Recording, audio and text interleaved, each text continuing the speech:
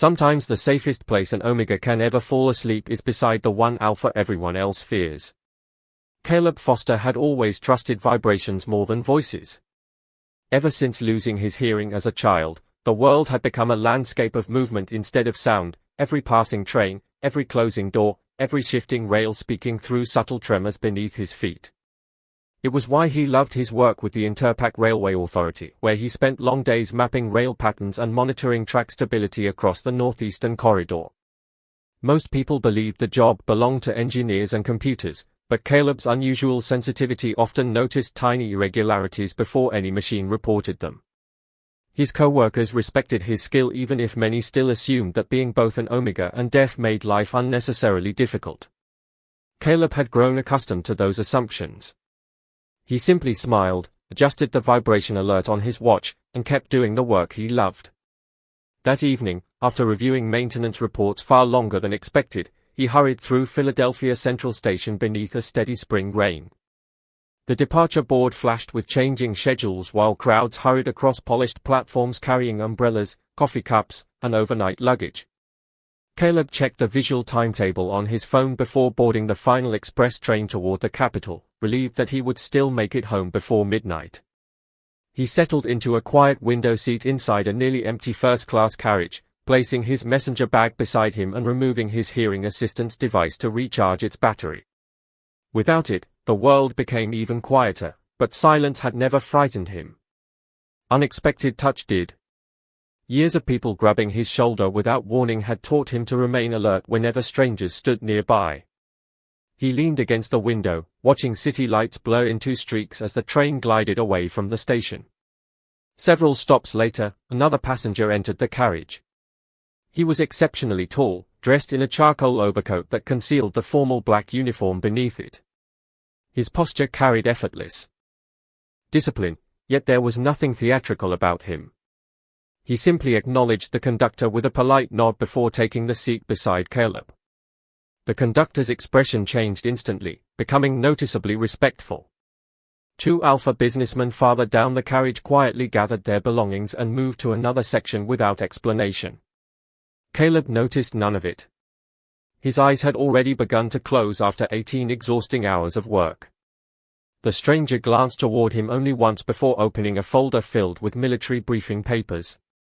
The cover displayed no public insignia, but anyone familiar with PAC leadership would have recognized the confidential seal hidden inside. Rowan Ashford barely noticed the documents.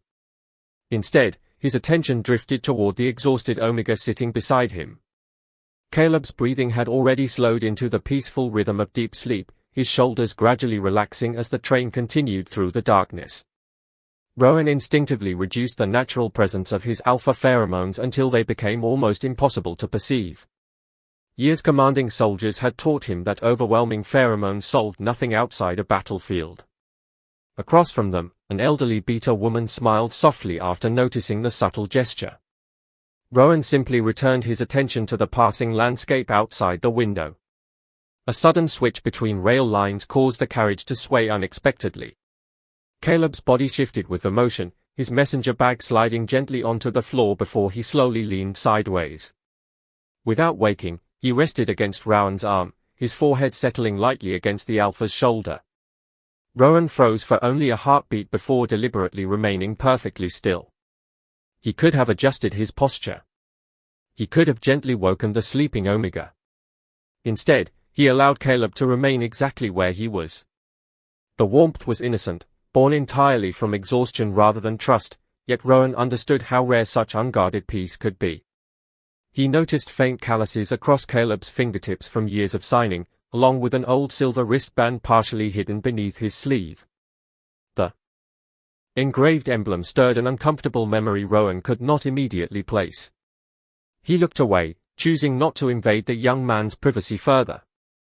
Outside, stations passed beneath glowing platform lights. Rowan's destination finally arrived. Through the window, uniformed officers waited for the Alpha Warlord expected to attend an Emergency Defense Council session that could influence military policy across every PAC territory. The train doors opened. The conductor stepped forward, ready to announce the arrival. Before making any decision, Rowan quietly removed a secure military communicator from inside his overcoat. With only a few brief encrypted messages, he transferred temporary authority for the opening session of the Defense Council to his deputy commander, instructing the council to proceed without waiting for him while stating that he would arrive as soon as an unexpected transportation matter had been resolved. Only after receiving confirmation that contingency command had been formally activated did he close the device and slip it back into his pocket. Rowan glanced toward the sleeping Omega, whose expression remained remarkably peaceful despite the long journey. For reasons he could not explain, he quietly closed the military folder, leaned back into his seat, and allowed the doors to close without moving. The platform slowly disappeared behind them. The officers stared in visible confusion as the train pulled away into the night, carrying the nation's most respected Alpha Warlord far beyond the stop he had never before missed, while the exhausted Omega resting against his shoulder continued sleeping without the slightest idea that one quiet moment on an ordinary train had already changed both of their futures. Caleb Foster woke with a sudden start as the train eased into a brightly illuminated terminal unlike any station he recognized. For one confusing moment, he remained perfectly still, trying to understand why the familiar rhythm beneath the floor had stopped. Then he realized his head was resting against someone's shoulder. His eyes widened immediately. Pulling away with visible embarrassment, he quickly looked toward the digital platform display outside the window. The destination listed on the screen was the final station on the line, nearly 60 miles beyond where he had intended to leave the train. Caleb hurriedly reached for his phone, only to discover that several vibration alerts had gone unanswered after the battery in his hearing device had completely drained. He turned toward the Alpha sitting beside him with an expression that mixed confusion and frustration. Before he could gather his thoughts, he raised both hands and signed a short question. "Why did you not wake me?" The stranger did not hesitate. Instead of speaking, he calmly answered in fluent American Sign Language. "I am sorry." The passenger information display stopped updating after the route changed because of an emergency schedule revision. "I did not want to startle you by touching you while you were asleep." Caleb froze. Throughout his life, very few hearing strangers had ever taken the time to learn sign language, and almost none had used it with such natural confidence. His frustration softened into cautious curiosity. He studied the Alpha more carefully, noticing the composed expression, the neatly pressed overcoat, and the quiet patience in every movement. Before Caleb could continue the conversation, the conductor entered the carriage carrying a portable terminal.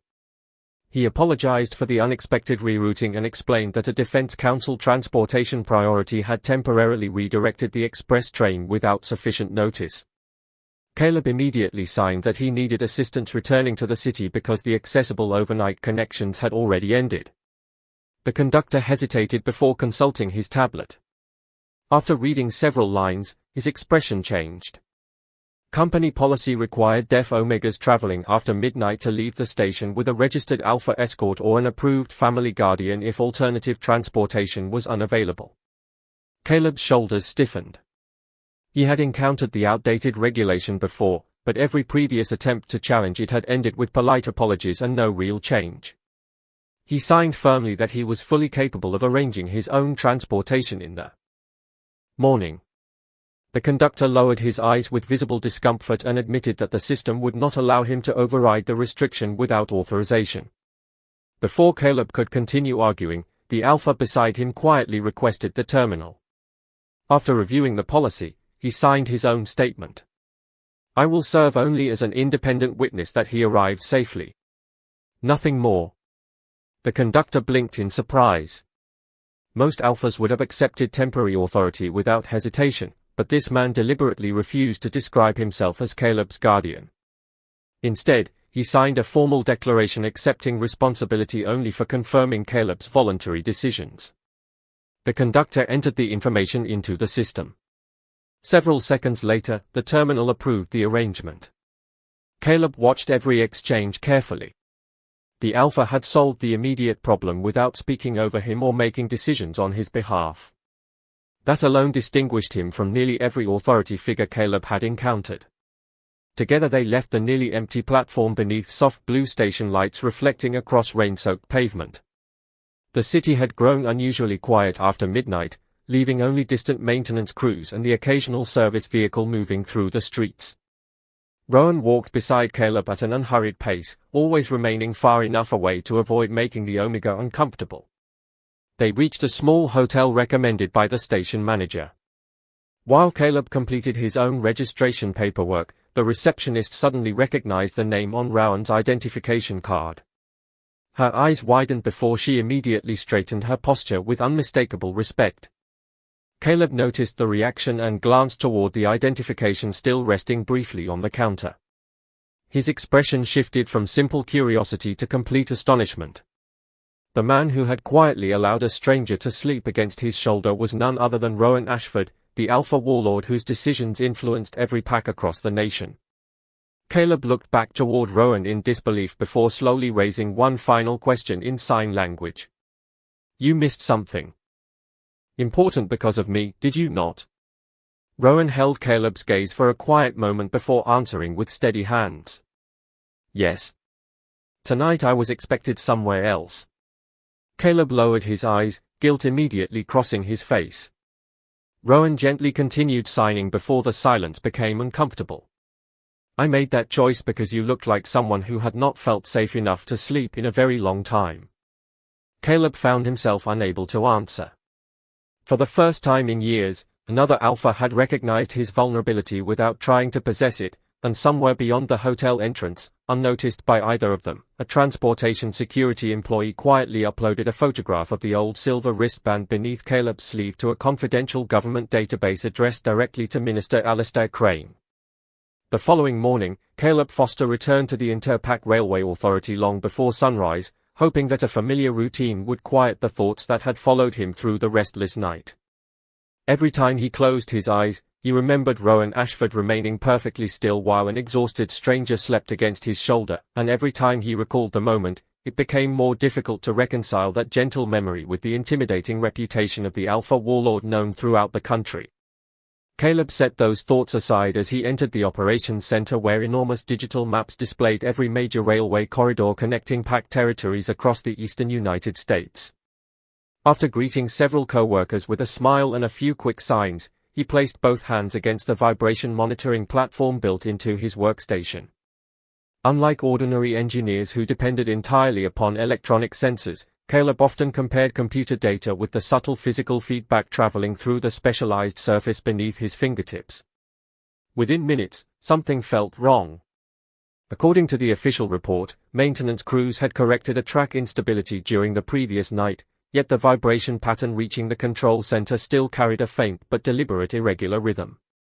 It was too consistent to be equipment failure and too precise to be natural wear.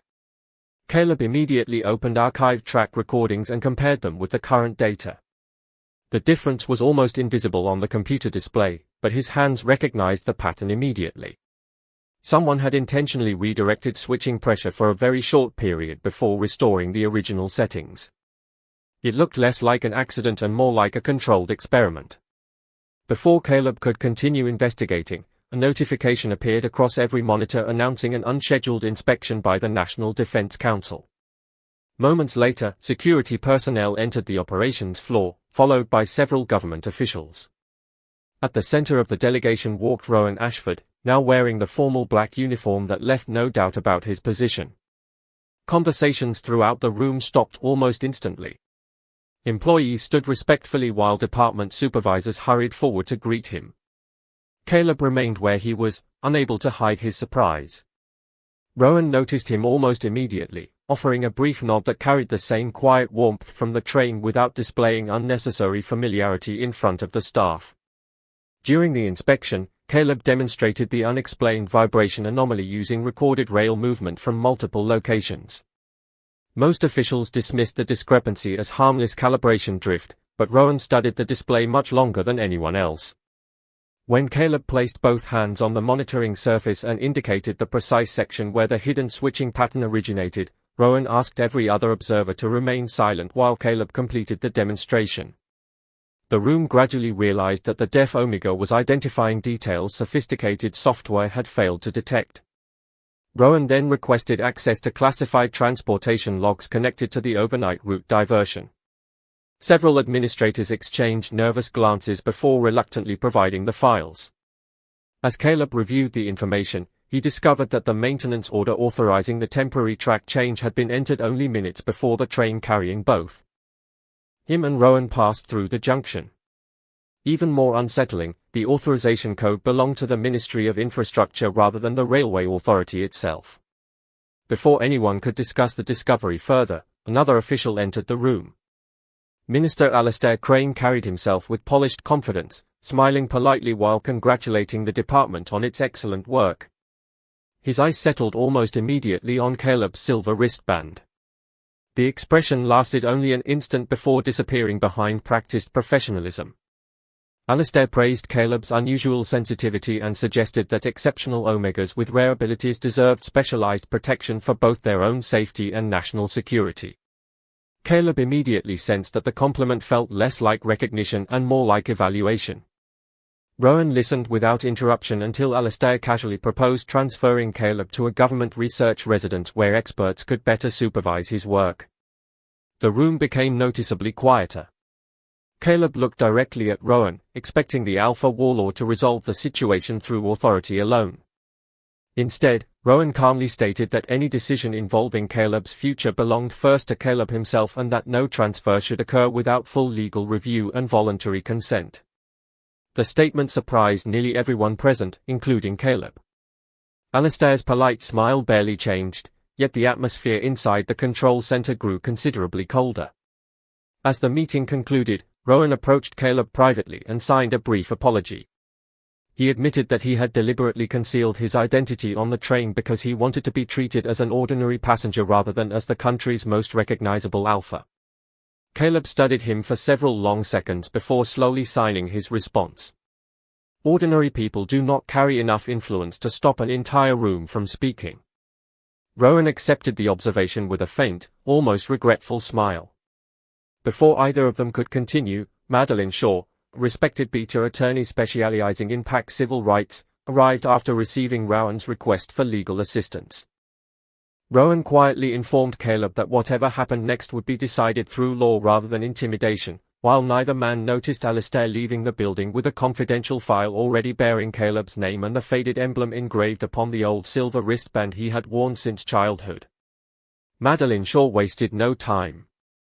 By the following afternoon, the experienced beta attorney had transformed a quiet conference room inside the Inter-PAC Railway Authority into a temporary legal office, covering the long table with archived legislation, judicial opinions, and transportation regulations stretching back nearly 50 years. Caleb Foster watched her organize hundreds of pages while Rowan Ashford stood near the window, allowing the discussion to unfold without using the authority that accompanied his position. Madeline finally placed one faded document in front of Caleb and slowly explained its significance through both written notes and careful sign language. The law was called the Omega Sensory Guardianship Act, a wartime emergency measure passed decades earlier when conflicts between neighboring PACs had disrupted transportation across the country. At the time, lawmakers argued that Omegas possessing rare perception abilities represented strategic assets whose safety justified temporary government supervision. Although the war had ended many years before, the emergency law had never been fully repealed. Instead, it remained buried beneath newer legislation, almost forgotten until someone chose to use it again.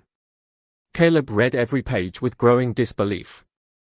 According to the outdated statute, an Omega officially classified as possessing exceptional sensory abilities could be ordered into supervised housing, assigned employment based upon government priorities, and restricted from independent travel whenever officials claimed that public safety required such measures.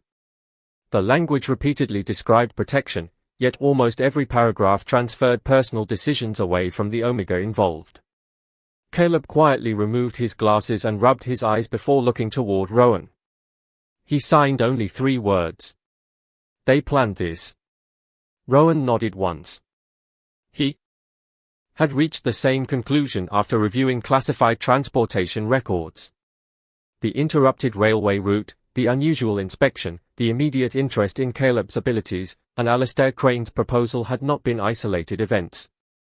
They formed a carefully connected sequence designed to identify Caleb before invoking a forgotten law. Only hours later, official confirmation arrived. A government courier delivered a formal notice stating that Minister Alistair Crane had petitioned the Administrative Council to place Caleb under temporary protective supervision while his unusual sensory capabilities underwent further evaluation. The hearing would occur within 3 days.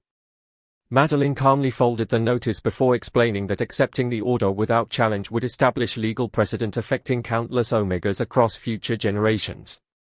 Caleb's case had become far larger than one person's freedom. Rowan immediately offered the protection of military housing until the hearing concluded, explaining that secure accommodations could reduce outside pressure. Before Caleb could answer, Rowan quietly stopped himself. After a thoughtful pause, he corrected his own suggestion through sign language. That is only one option. You decide where you feel safest. The difference was subtle but unmistakable. Rowan was no longer making recommendations as the Alpha Warlord. He was deliberately recognizing Caleb's right to choose even while every institution around them attempted to remove that right. Caleb appreciated the distinction.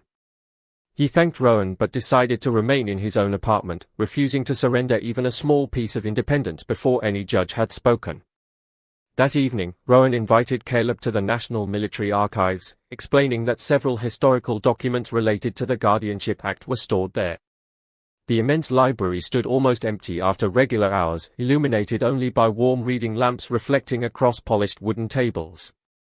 Surrounded by shelves filled with military history, Caleb noticed Rowan remove the hearing communication device hidden beneath his collar before setting it carefully beside a stack of books.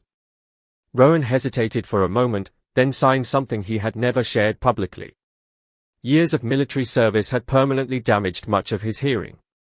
He could still understand speech with assistance, but crowded rooms often became exhausting, and without his device he depended heavily upon sign language and careful observation. The revelation caught Caleb completely by surprise. The Alpha Warlord, whom the country viewed as nearly invincible, quietly admitted that he had concealed part of himself because many Alpha leaders considered any visible limitation incompatible with command. Caleb slowly removed his own hearing device and placed it beside Rowan's. Neither man needed spoken words anymore. Across the silent library table, they communicated entirely through their hands, discovering an unexpected equality neither had anticipated. As the evening ended, Madeline uncovered one final historical record identifying the woman who had removed Caleb from the government registry during childhood. The signature belonged to Helen Foster, and beside her name appeared a handwritten notation stating that the child had been relocated under confidential humanitarian authority. Discovery that suggested Caleb's past had been shaped by far more than chance and that someone had spent decades protecting a truth powerful enough to threaten the very law now being used against him. 3 days later, the Administrative Council chamber filled long before the hearing officially began. Representatives from transportation agencies, PAC leadership, civil rights organizations, and national media occupied nearly every seat, knowing the outcome could reshape how Alpha and Omega laws would be interpreted across the country. Caleb Foster entered beside Madeline Shaw carrying only a slim folder containing his employment records and the faded silver wristband that had quietly followed him throughout his life. Rowan Ashford arrived separately in full dress uniform, refusing any ceremonial escort despite the attention his presence attracted.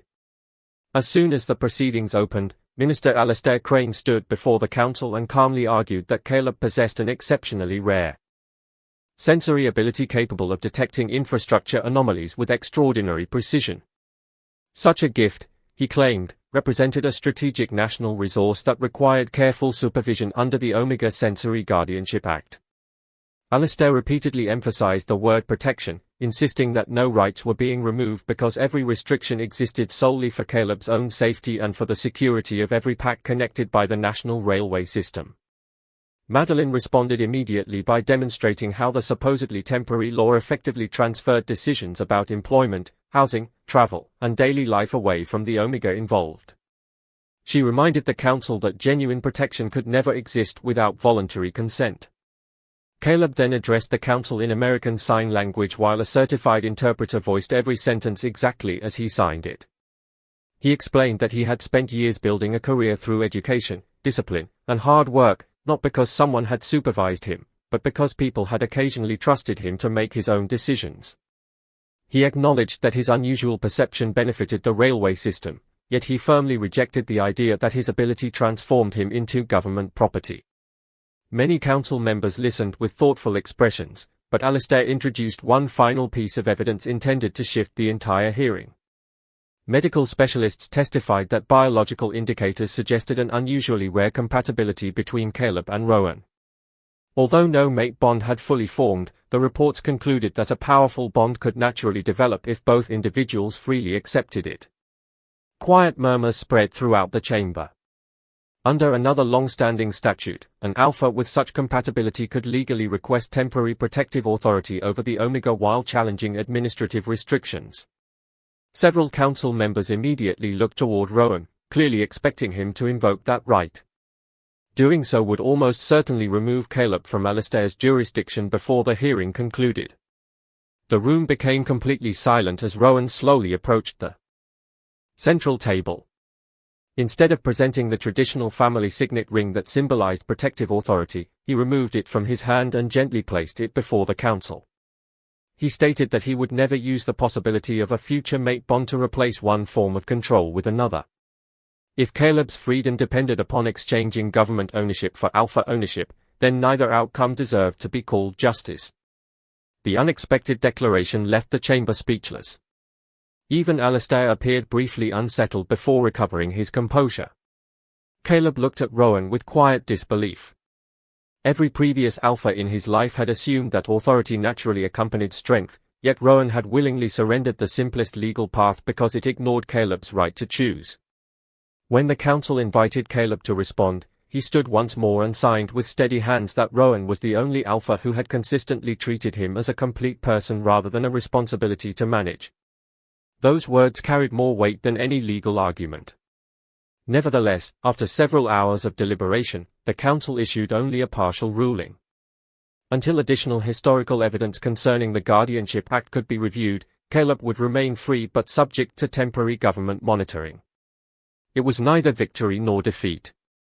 Outside the courthouse, reporters crowded the entrance while cameras flashed across the steps. Rowan made no attempt to shield Caleb from public attention, allowing him to decide whether to speak. Caleb quietly declined every interview and simply walked beside Rowan toward the waiting car. Neither of them noticed an elderly woman watching from across the street with tears in her eyes before quietly placing an envelope addressed to Caleb into Madeline's hands. Inside rested a handwritten letter signed by Helen Foster, asking Caleb to meet her because the truth about his childhood, the silver wristband, and the forgotten government program could no longer remain hidden.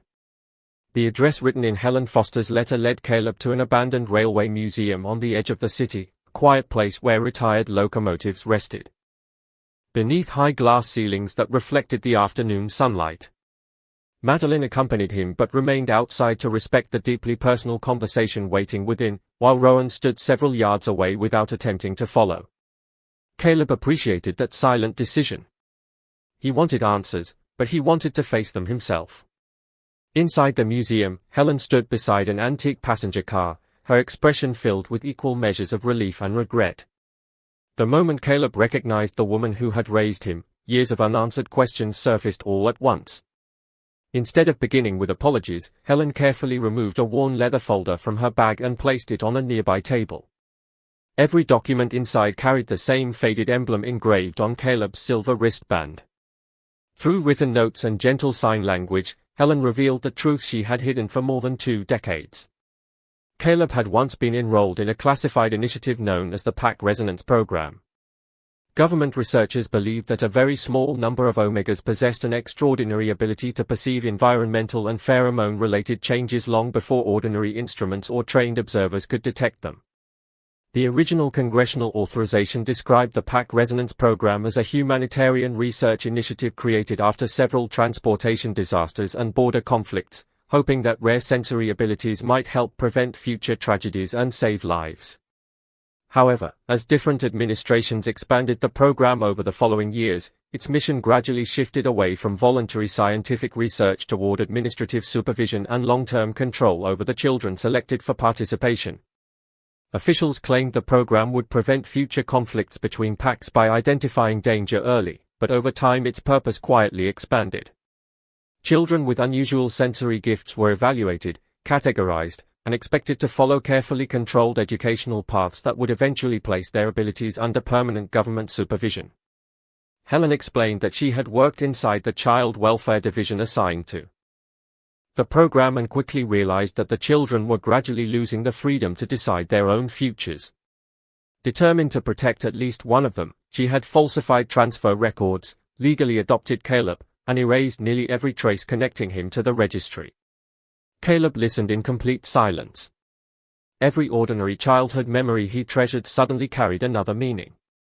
The silver wristband he had believed was nothing more than a keepsake had actually been the final piece of an identity someone had spent years trying to hide. His hands trembled slightly as he asked the question that mattered most. "Why did you never tell me?" Helen lowered her eyes before signing that every year she remained silent increased the chance that Caleb could continue living as an ordinary Omega rather than becoming a permanent government asset. She feared that revealing the truth too early might encourage him to search for answers before it was safe. Caleb struggled to accept that explanation. He understood her love, yet he also felt the weight of years spent making important life decisions without knowing who he truly was. As the conversation continued, Helen unfolded a detailed map showing a network of abandoned maintenance tunnels beneath several major railway lines. The original resonance equipment had never been completely dismantled. Although the official program supposedly ended years earlier, portions of its underground infrastructure remained intact beneath the national transportation system. Caleb immediately recognized several locations from his own engineering assignments. His unusual ability to recognize subtle rail vibrations suddenly made far more sense. Before they left the museum, Rowan quietly approached after receiving Helen's permission. He stood beside Caleb for several moments before admitting something he had never spoken aloud outside confidential military archives. During the final years of the border conflict, he had commanded an operation that officially closed one of the facilities connected to the PAC resonance program. At the time, intelligence reports claimed every child had already been relocated. Rowan believed he had helped end an unethical project, never realizing that the children had simply been transferred elsewhere. The knowledge had remained buried until Caleb's wristband awakened memories he had long ignored. Instead of defending himself, Rowan accepted responsibility for never questioning whether the mission had truly protected those it claimed to save. Caleb studied Rowan's expression and recognized genuine remorse rather than excuses. Although the revelation did not erase the painful history connecting them, it replaced suspicion with a deeper understanding that both of them had unknowingly carried scars left by the same system. As they prepared to leave, Helen handed Caleb one final sealed envelope containing maintenance diagrams and confidential access codes recovered before she escaped the program. She warned that someone had recently tried to retrieve the same documents, proving the network beneath the railway had not been forgotten. Caleb looked toward the tracks stretching beyond the museum windows and realized that the answers they needed were no longer hidden in old memories alone. They were still waiting beneath the rails he had spent his entire career learning to understand. The confidential diagrams recovered by Helen Foster changed everything. Over the next 2 days, Caleb Foster worked alongside Madeline Shaw and Rowan Ashford inside a secure conference room at the Interpac Railway Authority, comparing the aging tunnel blueprints with current infrastructure maps. Layer after layer of forgotten maintenance corridors slowly aligned until one unmistakable pattern emerged. The abandoned resonance network had never truly been abandoned. Instead, it had been quietly integrated beneath the modern railway system, hidden behind decades of renovations and administrative restructuring. Every major rail junction connected to a series of sealed chambers that no longer appeared on public engineering records. Caleb placed his fingertips against a digital vibration table and carefully traced several lines across the display before stopping near the nation's largest transportation hub. The faint resonance pattern matched the unusual track irregularities he had detected days earlier. Someone had recently reactivated portions of the network. At almost the same moment, Rowan received an encrypted military briefing announcing that the National Alpha Leadership Summit would begin within 48 hours at the capital's Central Convention Complex directly above the largest underground railway junction in the country. Officially, the summit focused upon emergency transportation readiness. Unofficially, Rowan immediately recognized the location as the exact point where every hidden resonance corridor converged. Madeline quietly connected the remaining pieces. If Minister Alistair Crane successfully demonstrated that the old resonance system could identify Omegas with rare sensory abilities during a gathering of the nation's strongest Alpha leaders, public fear would almost certainly justify expanding the Dormant Guardianship Act. Thousands of Omegas could suddenly find themselves classified, monitored, or restricted under the same legal argument that had nearly trapped Caleb. Rowan read the briefing again before making a decision that surprised everyone in the room. Rather than commanding the security operation assigned to the summit, he drafted a formal letter temporarily relinquishing his authority as Supreme Warlord for the duration of the investigation. Madeline immediately understood why. Remaining in command while personally opposing the government's plan would allow critics to claim he had abused military power for private interests connected to Caleb. By voluntarily stepping aside, Rowan removed that argument completely, even though the decision placed decades of distinguished service and his professional reputation at considerable risk. Caleb stared at the signed resignation with visible concern before asking whether Rowan might lose his position permanently. Rowan answered through sign language with the same calm honesty Caleb had come to trust.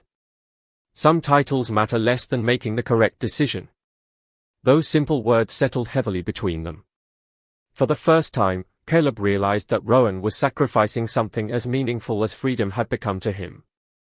Neither of them could continue protecting only themselves. They had become responsible for everyone whose future depended upon the choices they made next. Using Helen's access codes, Caleb identified a maintenance train scheduled to inspect inactive tunnels beneath the convention district during the evening before the summit. Because the train traveled slowly through every hidden corridor, it represented the safest opportunity to verify whether the resonance equipment had truly been restored. Madeline secured emergency legal authorization allowing Caleb to inspect railway property in his professional capacity, ensuring their investigation remained entirely lawful. Shortly before sunset, Caleb and Rowan boarded the small maintenance train with only essential equipment, engineering records, portable lighting, and vibration monitoring instruments. As the train descended into tunnels untouched by sunlight for decades, the air grew cooler while forgotten station signs appeared behind layers of dust. Caleb rested one hand against the carriage wall, concentrating upon subtle vibrations traveling through the steel framework. Every passing mile confirmed that energy pulses still moved through the abandoned system with unnatural consistency. During a scheduled stop inside a silent service tunnel, the train remained motionless while engineers checked electrical connections farther ahead. Caleb and Rowan sat alone inside the softly illuminated inspection car reviewing old diagrams spread across a narrow table. After hours of concentration, exhaustion quietly overtook Caleb once again. Without thinking, he leaned gently against Rowan's shoulder exactly as he had on the passenger train days earlier. This time he was fully awake when he made the choice. Rowan looked toward him with quiet surprise but remained perfectly still, allowing Caleb complete freedom to move away if he wished. Instead, Caleb stayed where he was and slowly signed that the first time had been an accident, but now he understood why he had felt safe. Rowan answered with only one sentence. "I will never use your trust as permission to choose for you." Before Caleb could respond, a deep vibration traveled through the tunnel unlike anything he had ever felt before. His expression changed instantly as his fingertips touched the floor. The dormant resonance network had just awakened beneath the rails, and somewhere far ahead, hidden machinery had begun responding not simply to passing trains but to the unique biological harmony that was quietly beginning to form between one Alpha and one Omega. By sunrise the following morning, the National Alpha Leadership Summit had transformed the capital into the most heavily monitored transportation hub in the country. Delegations from every major pack arrived through the central station while government officials praised the gathering as a celebration of cooperation and security. Beneath the polished marble floors, however, Caleb Foster could feel an entirely different story unfolding. Every vibration traveling through the hidden railway network carried a deliberate rhythm that had not existed only days earlier. Standing inside a restricted maintenance corridor with Rowan Ashford, Madeline Shaw, and two trusted railway engineers, Caleb placed both hands against an aging steel support beam. The faint pulses moved through the structure like invisible waves, converging beneath the convention center exactly where Helen Foster's diagrams predicted. The forgotten resonance system was no longer dormant. It had become active once again. Madeline secured emergency judicial authorization allowing the team to document every discovery, ensuring that every photograph, engineering reading, and maintenance log would remain admissible in court. As they advanced deeper into the underground passages, old equipment gradually emerged from decades of darkness. Massive relay cabinets connected by thick copper cables lined the walls beside obsolete railway control panels that had never appeared on modern infrastructure records. Rowan recognized several military identification markings from classified archives he had reviewed years earlier. The project had been disguised as transportation research even though its true purpose reached far beyond ordinary engineering. Caleb soon located the central resonance console hidden inside a circular chamber directly beneath the convention hall. Dust covered most of the machinery, yet several indicator lights glowed with unmistakable life. Newly installed processors had been quietly integrated into the original system, allowing modern computers to communicate with equipment built decades before. At that exact moment, Minister Alastair Crane began addressing the summit above them. According to live public broadcasts visible on maintenance monitors, he praised the importance of protecting national stability while introducing what he described as an innovative safety demonstration designed to improve emergency coordination between packs. Caleb immediately realized the demonstration itself was the activation signal. As hundreds of influential Alpha leaders gathered overhead, the resonance network responded to their combined pheromone signatures, amplifying biological patterns throughout the underground system. Sophisticated software immediately began comparing those patterns against archived records collected during the original pack resonance program. Caleb watched encrypted data streams appear across the restored control screens. Names, classifications, sensory evaluations, compatibility indexes, and confidential Omega records began populating the database in real time. His own identification file appeared near the top of the display, accompanied by a newly generated compatibility profile connected directly to Rowan Ashford. The partially formed mate bond between them had become the final variable necessary to complete the system's predictive model. Rowan quietly reached toward the emergency shutdown controls but stopped before touching them. Caleb understood the hesitation immediately. Simply destroying the equipment would erase the evidence proving the conspiracy. At that same moment, a secure communication reached the underground chamber. Alastair himself appeared through a live government transmission. Calmly and confidently, he acknowledged that Caleb had discovered the truth. He then offered what he described as a reasonable compromise. If Rowan accepted the mate bond immediately and allowed Caleb to participate voluntarily in future research, every legal action against them would quietly disappear. The Guardianship Act could remain hidden, Rowan's military reputation would be restored, and Caleb would receive unlimited protection for the rest of his life. Silence filled the chamber. Rowan looked toward Caleb but deliberately refused to answer first. The choice belonged to the Omega alone. Caleb slowly shook his head before signing that no future built upon fear could ever be called protection. Rowan answered the transmission with equal clarity, stating that genuine leadership never required ownership of another person's future. Alastair's expression hardened before the connection abruptly ended. Caleb immediately turned back toward the resonance console instead of shutting it down. Drawing upon years of railway engineering experience, Caleb isolated the active resonance channels and preserved every transmission without altering the original data. Standing beside him, Madeline activated the emergency judicial preservation order that had already been authorized before the inspection began, automatically redirecting authenticated copies of every recorded transmission to the Federal Evidence Repository, independent judicial investigators, transportation oversight authorities, civil rights commissions, and accredited news organizations through the court's protected evidence distribution network. Caleb never altered the information itself. He simply ensured that no single government office could quietly erase it before the investigation officially began. Above them, enormous display screens throughout the convention center unexpectedly replaced presentation graphics with authenticated historical files documenting the forgotten program, the hidden resonance network, and decades of unlawful Omega classifications. Rowan used the final administrative credentials still attached to his former military authority to certify the authenticity of every released record, ensuring that no official could dismiss the evidence as fabrication. Standing together beneath the station where their lives had first become connected by chance, Caleb and Rowan watched the truth travel farther than any train ever could, knowing that the choice they had refused to surrender would now belong to an entire generation instead of only themselves. The release of the hidden government records changed the country, but it did not change it overnight. Weeks turned into months as independent investigators examined thousands of documents, transportation logs, historical directives, and testimony from former officials connected to the Forgotten Pack Resonance program. Survivors who had spent years believing their experiences would never be acknowledged finally stepped forward, while engineers confirmed that the concealed railway network had indeed operated beneath public infrastructure for decades. The Administrative Council reopened Caleb Foster's hearing under full judicial review, and this time every argument unfolded in the open rather than behind confidential classifications.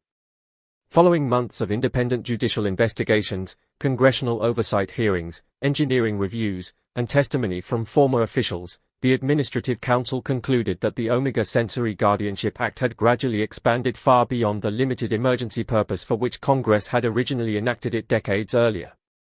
Minister Alastair Crane was placed on administrative leave while the investigation remained active and formally resigned only after the final review confirmed widespread institutional failures extending across multiple administrations rather than the actions of a single official. Based on those findings, Congress permanently repealed the outdated Omega Sensory Guardianship Act and replaced it with the Pack Equal Autonomy Act, guaranteeing that no Alpha, Beta, or Omega could lose employment, housing, travel rights, personal freedom, or legal autonomy because of biological classification, sensory ability, or compatibility with another individual. The new law also required every national transportation system to meet modern accessibility standards, ensuring that visual communication, vibration alerts, and emergency information became available to every passenger regardless of hearing ability. Caleb accepted an invitation to lead the newly established Office of Accessible Railway Safety, where his engineering knowledge and personal experience guided improvements across the national rail network. Every redesigned station reminded him that genuine progress came from listening to people whose voices had too often been ignored. Rowan Ashford also faced difficult choices. After investigators confirmed that he had voluntarily surrendered his military authority rather than misuse it, the Defense Council unanimously offered to restore his position as Supreme Warlord. Rowan accepted only after requesting one condition that surprised many senior leaders. Every future military academy would include mandatory accessibility training, education about Alpha and Omega civil rights, and equal leadership standards that rejected outdated assumptions about disability or biological hierarchy. The proposal passed without opposition, proving that leadership earned through humility could reshape institutions more effectively than leadership maintained through fear. Helen Foster watched the reforms quietly from the gallery during the final legislative session, tears filling her eyes as she realized the child she had protected so many years earlier no longer needed to hide from the truth. Madeline Shaw remained beside Caleb throughout every hearing until the last legal document received its final signature, smiling with quiet satisfaction as decades of forgotten history finally gave way to a more honest future. Nearly 1 year after the night that had unexpectedly brought them together, Caleb and Rowan boarded another evening train traveling along the same route where everything had begun.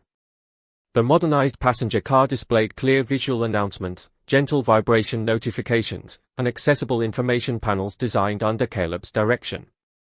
As the train rolled through the fading light, Caleb watched familiar stations pass outside the window before noticing Rowan looking at him with the same calm expression he remembered from that first journey. Rowan raised his hands and signed a simple question. "When we reach my station, would you like to leave the train with me?"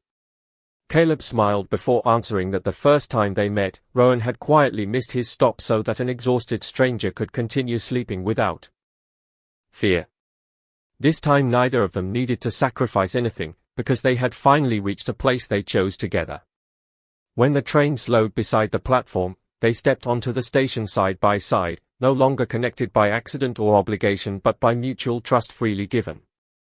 In the weeks that followed, they completed their mate bond through a private ceremony witnessed only by family and close friends, honoring the principle that had guided every important decision between them from the very beginning. Their bond became neither a legal privilege nor a social expectation, but a promise entered willingly by two people who had first learned to protect each other's freedom before asking for each other's hearts. As another train quietly departed into the distance, Caleb rested his hand lightly against Rowan's arm, and together they watched the rails stretch toward countless new destinations, knowing that the safest journey had never depended upon where the train stopped, but upon finding someone who would always respect the choice of where to travel next. If you were in their place, what choice would you have made? Share your thoughts in the comments, we'd love to hear your perspective. And if you enjoy Alpha and Omega stories filled with love, sacrifice, heartbreak, and unforgettable second chances, don't forget to like, subscribe, and turn on notifications so you never miss the next journey. If you were in their place, what choice would you have made? Share your thoughts in the comments, we'd love to hear your perspective. And if you enjoy Alpha and Omega stories filled with love, sacrifice, heartbreak, and unforgettable second chances, don't forget to like, subscribe, and turn on notifications so you never miss the next journey.